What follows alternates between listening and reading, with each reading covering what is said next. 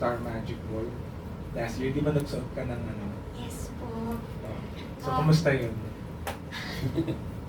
Kabang-kaba ako kasi first time ko lang makasuot ng ganun kalaking halaga ng alahas.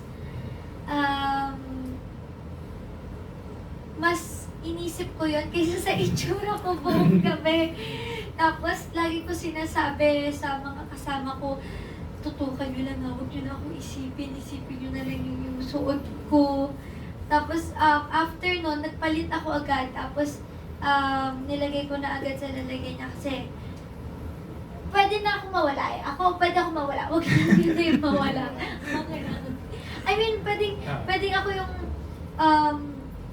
parang gusto ayoko, first time ko kasi nun, and yun actually, pina-customize ko pa yun eh. Kasi meron na akong dress nun, tapos meron talaga ako specific na design na gusto na for that look. And nagawa naman nila. So, I'm really happy. Sobrang saya ko. Pero at that time ba,